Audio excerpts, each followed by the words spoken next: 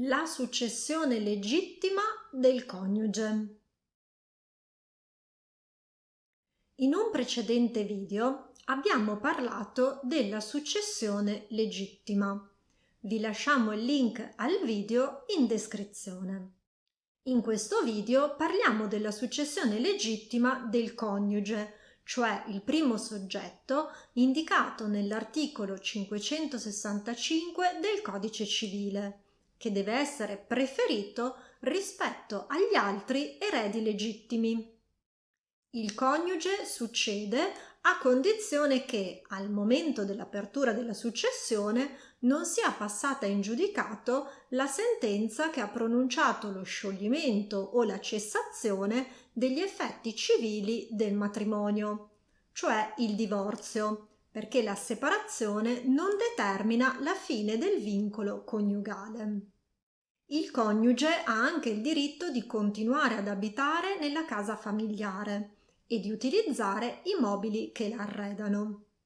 Il coniuge separato ha gli stessi diritti successori del coniuge non separato, a condizione che non vi sia una sentenza di separazione con addebito a suo carico. Il coniuge divorziato non è chiamato alla successione dell'ex coniuge, ma può aver diritto all'attribuzione in tutto o in parte della pensione di reversibilità. In seguito all'approvazione della legge 76 del 2016, in caso di unione civile è chiamata a succedere la parte superstite dell'unione civile.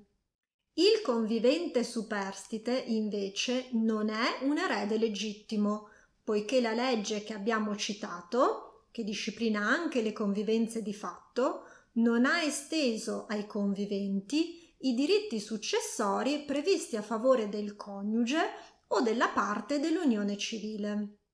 La legge prevede le quote di eredità che spettano al coniuge nell'ipotesi di concorso con il figlio oppure con più figli. Nell'ipotesi di un solo figlio, l'eredità spetta per metà al coniuge e per metà all'unico figlio. Nell'ipotesi di 2 o più figli, l'eredità spetta per 1/3 al coniuge e per 2/3 ai figli, fra loro in parti uguali.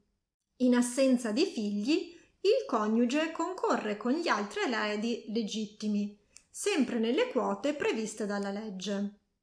Iscrivetevi al nostro canale YouTube, abbiamo un'intera sezione dedicata al diritto civile.